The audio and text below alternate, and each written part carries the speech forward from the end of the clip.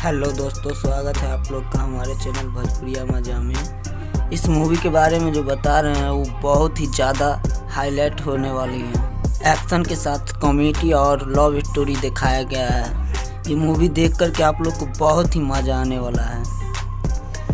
तो दोस्तों, इस वीडियो में काजल अग्रवाल और खेसारी लाल एक दूसरे को बहुत चाहते हैं। उसके बाद बीच में एक्शन हो जाता है, जो कि एक्शन होने के बाद काजल अग्रवाल और खेसारी लाल एक दूसरे से अलग हो जाते हैं। हाँ, तो खेसारी लाल अलग होने के बाद और काजल अग्रवाल दोनों बहुत ही एक्साइटेड हो जाते हैं। इतना में ही फाइट होना चालू हो जाता है। उसके बाद होना क्या था, फाइट हुआ, उसके बाद फिर एक साथ खेसारी लाल और काजल अग्रवाल का मूवी देखना ना भूले, जो कि ये मूवी देख करके आपको बहुत ही ज़्यादा हंसी आने वाली है। हाँ, तो दोस्तों, आप लोग ऐसा ही नया मूवी के बारे में जानना चाहते हैं तो मेरे चैनल को सब्सक्राइब और लाइक करना ना भूलें, साथ ही साथ बेल आइकन दबाना ना भूलें। Thank you.